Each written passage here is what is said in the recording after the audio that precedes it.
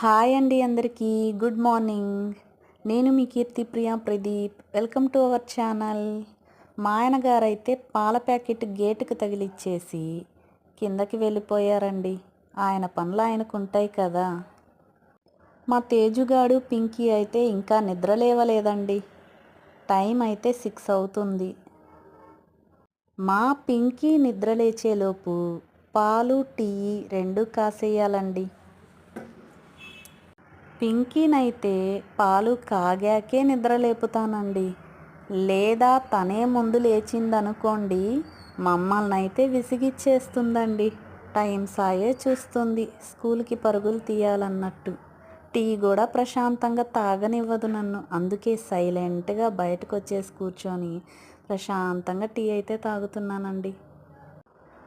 ఇక పాలు కాగాక తనని నిద్రలేపి పాలివ్వాలండి. నిన్న బట్టలైతే మొత్తం నేనే ఉతికానండి. ట్యాంకీలో నీళ్లు లేనప్పుడు వాషింగ్ మిషన్ వేయలేం కదా.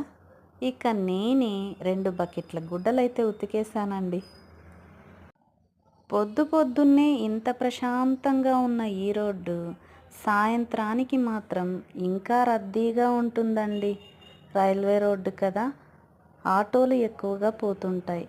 ఇక స్కూల్ బస్సులు అంటారా, కంపల్సరీ 4 to 6, 7 వరకు పోతూనే ఉంటాయండి.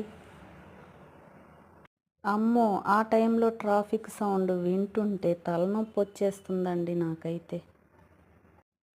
ఇక మా వారు కూడా ఇంతలోనే టీ తాగడానికైతే పైకొచ్చేసారండి. ట్రావెల్స్ వృత్తి కనుక వీళ్ళకి టైం టు టైం నిద్ర అయితే మనలాగా ఉండదండి. ఎప్పుడు పడితే అప్పుడు బండ్లు పంపించే పనిలోనే ఉంటారు. మా ఆయన అయితే నిద్ర అనుకోకుండా కష్టపడతారండి. ఎప్పుడు సమయం దొరికితే అప్పుడే నిద్రపోతారు.